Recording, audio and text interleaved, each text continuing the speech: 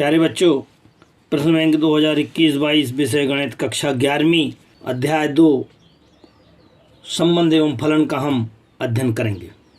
यहाँ अंक विभाजन में आपको एक अंक का एक प्रश्न है और दो अंक का केवल दो प्रश्न है। 2 दूनी 4 अर्थात कुल 5 अंक का पेपर आएगा इसमें। अब हम देखते हैं सही विकल्प। सही विकल्प में लिखा हुआ है फलन f ऑफ x x कहलाता है जब वही फलन का आंसर वही होता है अर्थात x बराबर x होता है, तो इस प्रकार के फलन को हम तत्समक फलन कहते हैं। नेक्स्ट, यदि फलन f ऑफ x बराबर c का है, अचर है, अरे हम x का मान कुछ भी रखते हैं, हमें अचर पद प्राप्त होना है, तब इस प्रकार के फलन को हम क्या कहते हैं? अचर फलन कहते हैं। f ऑफ x बराबर मोड ऑफ x अर्थात यहाँ पे ही मापांक लिख दिया है, तो आंसर में निश्चित रूप से इस प्रकार के फलन को हम मापांक फलन कहते हैं। यदि क्वेश्चन नंबर 4 में यदि a प्लस 1 बराबर और कॉमा b माइनस 2 बराबर 3 1 है तो a और b के मान ज्ञात किए। अरे कुछ नहीं करना पड़ता है, पहले का पहले से और दूसरे का दूसरे से तुलना करना है केवल बस। अर्थात a प्लस 1 बराबर 3 लिखना है, a प्लस 1 बराबर 3 लिखना है, 1 उधर जाएगा, a का मान कितना आ जाएगा? 2 आ जाएगा। इसी प्रकार से b माइनस का 2 बराबर आपको कितना लिखना है? 1 लिखना है, 1 लिखेंगे, इसको उधर ले जाएंगे तो कितना आ जाएगा? 3 आंसर आ जाएगा। इस प्रकार हम कह पाएंगे कि a बराबर 2 और b बराबर 3 अर्थात आपका a नंबर का आंसर सही होगा। 5 नंबर में a बराबर 1 2 और b बराबर 3 4 है तो संबंधों की संख्या ज्ञात करना। संबंधों की संख्या ज्ञात करने के लिए जो हमारे पास नियम होता है वह क्या होता है? यदि na में p nb में q अवयव हैं तो संबंधों की संख्या बराबर 2 to the power p into q अर्थात इन दोनों का मल्टीप्लाई अवयवों का। यहाँ अवयव कितने थे हमारे पास? यहाँ पर अवयवों की संख्या हमारे पास है 2 है, इसमें भी 2 हैं, तो हम 2 की घात 2 दूनी 4 अर्थात कितना हो जाएगा? यहाँ पे आपके पास जो आंसर बनेगा वह बन जाएगा 2 की घात 4 अर्थात 16 के, अर्थात संबंधों की संख्या कितनी हो जाएगी आपके पास? 16 होगी।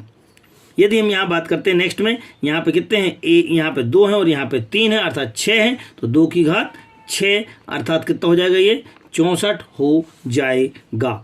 नेक्स्ट, यदि यहाँ पर a क्रॉस b बराबर b क्रॉस a है, यह कब तब संभव है? जबकि a बराबर b हो। प्रश्न क्रमांक 2 में रिक्त समुच्चयों की पूर्ति कीजिएगा। पहला क्वेश्चन है आपके पास a क्रॉस b की जगह यहाँ पे फाई लिखा हुआ है। अगर फाई के साथ क्रॉस करेंगे तो आंसर में क्या आएगा? फाई आएगा। एक भी एलिमेंट नहीं है, क्यों? क्योंकि ये रिक्त समुच्चय है। a और b में कोई अपरिमित समुच्चय है या लिखा हुआ है a या b में कोई अपरिमित है, कोई दो में से अगर एक भी अपरिमित हो गया तो उनका क्रॉस अपरिमित होता है। दोनों के दोनों यदि परिमित होंगे तो ही इसका आंसर a क्रॉस b का मान परिमित समुच्चय होगा। यदि किसी आरिक्त समुच्चय a से आरिक्त समुच्चय में दोनों आरिक्त हैं, ठीक है ना, तो कार्तीय गुणनफल क्या होगा? a क्रॉस b का उप समुच्चय होता है। चौथा, किसी आरिक्त समुच्चय A में आरिक्त समुच्चय B के संबंध में सभी कृत्रिम युग्मों के प्रथम को क्या बोलते हैं? प्रथम घटकों के समुच्चय क्या बोलते हैं? प्रांत बोलते हैं। और द्वितीय घटक में यदि आता तो उसे हम परिसर बोलते हैं, ठीक है ना। तो इस प्रकार से बिल्कुल याद रखें, यहाँ क्या है? प्रथम घटक है, इसलिए आंसर में क्या आ जाएगा? प्रांत आ जाएगा।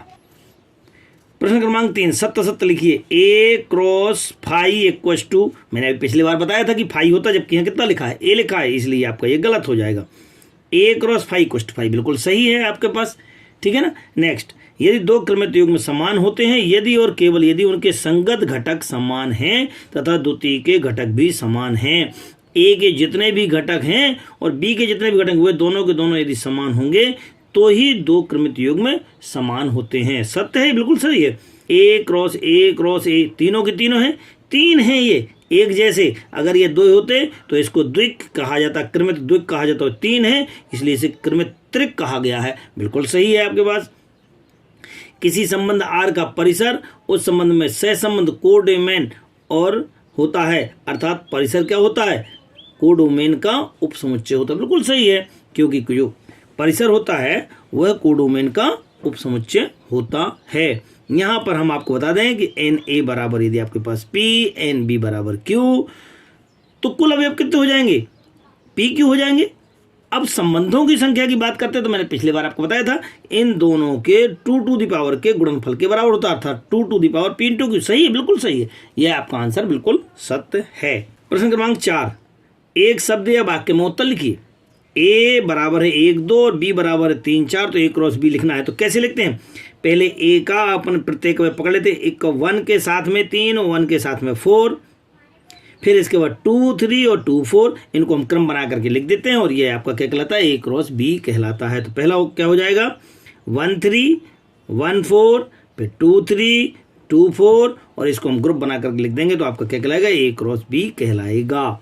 दूसरा, यदि एफ ऑफ एक्स बराबर परिभाषित एक फलन है तो एफ ऑफ -3 का मान ज्ञात करना है। अरे आप जगह जगह माइनस का 3 रख दो, 3 दूनी 6 माइनस का 6 और माइनस का 5, 6 और 5 11, आपका आंसर कितना आ जाएगा, माइनस का 11 हो जाएगा।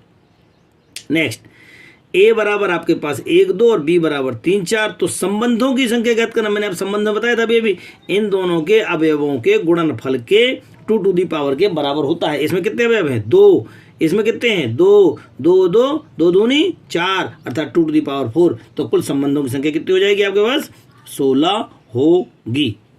प्रश्न क्रमांक 5 में लिखा हुआ है, यदि ए बराबर 1 2, बी बराबर 1 2 3, सी बराबर 5 6 तथा डी बराबर 5 6 7 8 है तो A cross C B cross D का उपसमुच्चय होगा। तो पहले उससे पहले हमको ए क्रॉस सी ज्ञात करना होगा। तो ए क्रॉस सी में ए के अवयव 1 2, बी के सी के अवयव 5 6, इनका क्रॉस निकालना। क्रॉस करना मैंने आपको सिखाया था, पहले का पहले से, पहले का दूसरे से, अर्थात 1 5 1 6। अब दूसरे से निकालो तो 2 5 2 6, प्रत्येक अवयव का इसके प्रत्येक अवयव के साथ समुच्चय बनाना है, वह क्या कहलाता है, उसका क्रॉस कहलाता है। जैसे बी डी में अगर आते हैं तो 1 2 3, यहाँ पे 5 6 7 8 है। अब बनाएंगे 1 का 5 के साथ, 1 का 6 के साथ, 1 का 7 के साथ, 1 का 8 के साथ। अब 2 के साथ तो 2 6 2 5 2 6 2 7 2 8, ये सब बना दिए हैं मैंने। अब 3 के साथ बनाओगे तो 3 5 3 6 3 7 3 8, देखिए आप 3 5 3 6 3 7 3 8, इस प्रकार से जो समुच्चय बनते हैं उपसमुच्चय वह उसके क्रॉस कहलाते हैं। परंतु यहाँ पर ये सारे अवयव हमको इसमें दिख रहे हैं, देखिए आप 1 5 हाँ है, 1 6 है, 2 5 है, 2 6 है, अतः स्पष्ट है कि यह इसका क्या कहलाएगा, उपसमुच्चय कहलाएगा। क्रमांक 6, यदि ए 1 2 3 4 5 6 है और एक रिलेशन दिया हो y बराबर x प्लस 1 अर्थात एक ज़्यादा, तो 1 का मान 2 हो जाएगा क्योंकि एक ज़्यादा है। यहाँ पे कितना लिखा हुआ था, y बराबर कितना है, x प्लस 1 है। अगर हम यहाँ 1 लेंगे तो यहाँ पे y का मान 2 हो जाएगा, 0 लेंगे, जो भी लेंगे उससे एक ज़्यादा होता है। यहाँ पे अगर 1 लिया तो 1 से 2 हो जाएगा, 2 से 3 हो जाएगा, 3 से 4, 4 से 5, 5 से 6। इसको एक तीर आरेख के द्वारा बताना था। ये जो हमने अभी बताया है इसको हम क्या कहते हैं, यहाँ पे x कहते हैं, इसको y कहते हैं, और इनमें एक जो संबंध होता है वो है r कहलाता है। और यह जो संबंध आपका तीर के द्वारा बताया गया है इसे हम तीर आरेख कहते हैं। अब अगला हमको जो क्वेश्चन ज्ञात करना है उसमें लिखा है प्रांत ज्ञात कीजिए। प्रांत किसे कहते हैं, जो इसके अवयव जो संबंध रखते हैं वह प्रांत कहलाते हैं। तो इसके अवयव जो संबंध रखते हैं वो है 1 2 3 4 5, तो आपके पास प्रांत हो जाएगा 1 2 3 4 5। अगला पूछा गया है उसने परिसर। परिसर किसे कहते हैं, y दूसरे वाले संबंध में जो भी आपके अवयव हैं कौन कौन से जो संबंध रखते हैं, संबंध रखने वाले 2 3 4 5 6, तो वो आपके परिसर हो जाएंगे 2 3 4 5 6। और पहले वाले के कुल अवयव वह आपके क्या कहलाते हैं, प्रांत कहलाते हैं। अर्थात यहाँ पे सह प्रांत कहलाते हैं। सह प्रांत में कौन कौन से अवयव हो जाएंगे, 1 2 3 4 5 6, तो हम कह पाएंगे सह प्रांत के पूरे अवयव 1 2 3 4 5 6 होंगे। प्रश्न क्रमांक 7 में आपके पास a बराबर 1 2 3 4 5 6 14 तक है, लेकिन यहाँ एक संबंध दिया हुआ है 3x माइनस का y बराबर 0 है। अर्थात इस संबंध से अगर हम y का मान निकालते हैं तो y बराबर 3x अर्थात 3 गुना तो हम यहाँ रख के देखते हैं। यदि x बराबर 1 रखा है तो 3, 2 रखा तो 6, 3 गुना हो रहा है। 3 त्रिका 9, 3 चौको 12, 5 तिया 15, 15 तो चूंकि ये तो है नहीं, 14 तक की कहानी है, अतः यह संभव नहीं है। तो हमारा जो फलन बनेगा वह फलन में रिलेशन जो बनेगा वो कौन कौन सा कहलाएगा, 1 3 2 6 3 9 और 4 12 आपका एक रिलेशन कहलाएगा। अब आपको प्रांत मालूम है, प्रांत किसे कहते हैं, जो ये पहले वाले होते हैं ये आपके प्रांत कहलाते हैं। ये जो दूसरे वाले होते हैं जो रिलेशन होता है जिनके साथ में वो कहते हैं 3 6 9 12, ये आपके पास परिसर कहलाएंगे। और सह प्रांत किसे कहते हैं, ये सारे एलिमेंट जितने भी ये पहले वाले में होते हैं वह उसके सह प्रांत कहलाते हैं। अतः सह प्रांत में 1 2 3 4 से लेकर के 14 तक के सारे एलिमेंट्स। प्राक संख्याओं के समुच्चय में r एक समुच्चय दिया हुआ है, r y बराबर x प्लस का 5, एक 5 ज़्यादा है, कितना है 5 ज़्यादा है। ठीक है ना। लेकिन यहाँ x का मान कितना 4 से कम है। जब x का मान 4 से कम है तो हम क्या लेंगे 1 2 3 बस। और प्राक संख्या में अपन 1 से स्टार्ट करते हैं। जितनी भी प्राकृत संख्याएं होती हैं वह 1 से प्रारंभ होती हैं, अर्थात हम 1 से प्रारंभ करेंगे और 4 से कम मतलब 1 2 3 लेना है। अब इनमें संबंध परिभाषित करना है। तो संबंध में क्या था 5 ज़्यादा है, यहाँ दिख रहा है स्पष्ट रूप से 5 ज़्यादा है। तो अगर 1 लेंगे तो 5 ज़्यादा 6 बन जाएगा, 2 है तो 5 2 और 5 2 7 बन जाएगा, 3 है 3 5 3 8 बन जाएगा। अतः इसे रोस्टर फॉर्म में लिखें तो इसे हम ब्रैकेट बना कर लिख लेते हैं 1 6 2 7 3 8 बना लेते हैं। प्रांत किसे कहते हैं? जो इसके अवयव होते हैं, पहले वाले को प्रांत कहलाते हैं और दूसरे वाले के अवयव जो होते हैं वह उसके परिसर कहलाते हैं। अतः प्रांत 1 2 3 और परिसर 6 7 8 होगा। प्रश्न क्रमांक 9 में लिखा हुआ है 1 2 3 4 6 5 गायब है यहाँ से, और एक रिलेशन दिया हुआ है कि यथावत विभाजित होता है, अर्थात ये पहला नंबर दूसरे नंबर को पूर्णतः विभाजित करता है। जब पूर्णतः विभाजित करता है तो 1 जो है ना सभी को विभाजित करता है, 1 में सभी का भाग जा रहा है, 1 में 1 का, 1 में 2 का, 1 में 3 का, 1 में 4 का, 1 में 6 का, सभी में जा रहा है। तो हम कह पाएंगे 1 1 1 2 1 3 1 4 1 5 1 5 तो हमारे पास नंबर ही नहीं था, तो 1 6 आ जाएगा, 1 6 आ जाएगा, अर्थात 1 सभी से विभाजित था। अब 2 की बात करें, 2 2 से विभाजित था, 2 4 से भी विभाजित है और 2 6 को भी विभाजित करता है, ठीक है ना, 6 को विभाजित करता है। इसी प्रकार से 3 3 को विभाजित करता है, 3 6 को विभाजित करता है, 4 4 को और 6 6 को। पहला नंबर दूसरे को पूर्णतः विभाजित करता है, तो एक समुच्चय बना लिया, और जब समुच्चय बन गया तो इसे हम क्या कहेंगे? इसे हम रोस्टर रूप कहेंगे। अब प्रांत किसे कहते हैं? जो पहले अवयव होते हैं उसे प्रांत कहते हैं। प्रांत में आपके पास 1 2 3 4 6, अर्थात प्रांत में आपके पास 1 2 3 4 6 आ जाएगा। परिसर किसे कहते हैं? जो पीछे पीछे होते हैं, 1 2 3 4 6, परिसर में भी आपके पास 1 2 3 4 6 आ जाएगा। इस प्रकार प्रांत 1 2 3 4 6 और परिसर भी 1 2 3 4 6 हो।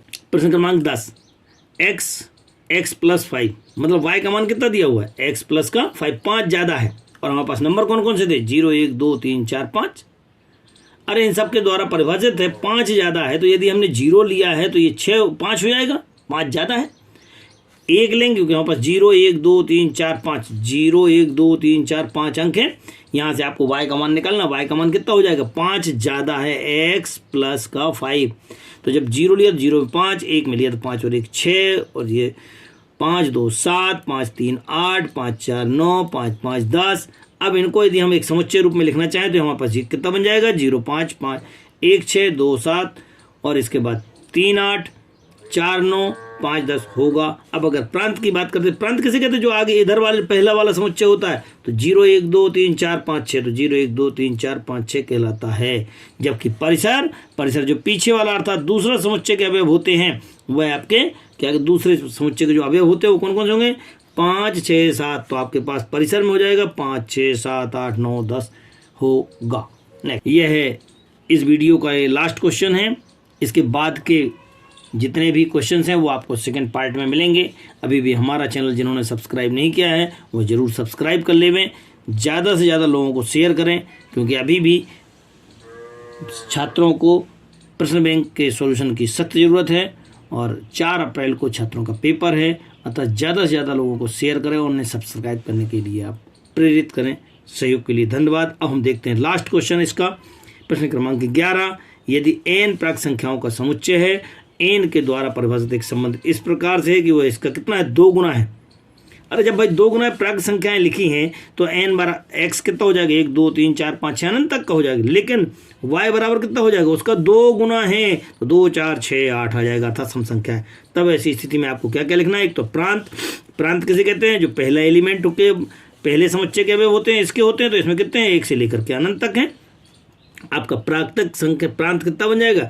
1 से लेकर के अनंत तक की संख्या, अर्थात प्राक संख्याओं का समुच्चय।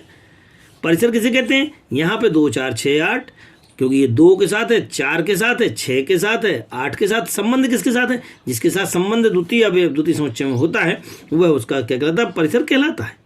तो परिसर कितना बन जाएगा? सम संख्याएं, क्योंकि 2 4 6 8 है तो सम संख्याएं कहलाएंगी। सहप्रांत किसे कहते हैं? सहप्रांत अर्थात पहले वाले का जो भी समुच्चय के जितने भी अवयव भले वो संबंध नहीं रखने, वे सारे के सारे सह प्रांत कहलाते हैं। अर्थात वह सह प्रांत क्या हो जाएगा, 1 से लेकर के अनंत तक का। और ये पहला वाला x कहलाता, दूसरा वाला y कहलाता, और ये रिलेशन को हम r कहते हैं। ठीक है, चूंकि यहाँ पर प्रत्येक x के लिए, इसके प्रत्येक के लिए कोई ना कोई एक ही संबंध, एक में ये 2 के साथ, इसका 2 के साथ नहीं है किसी के साथ, इस 2 का एक अवयव के साथ ही है, 3 का एक अवयव के साथ है। इस प्रकार से जब एक के साथ अवयव के साथ होता है तो ये दिया गया संबंध क्या कहलाता है, एक फलन कहलाता है। सहयोग के लिए धन्यवाद।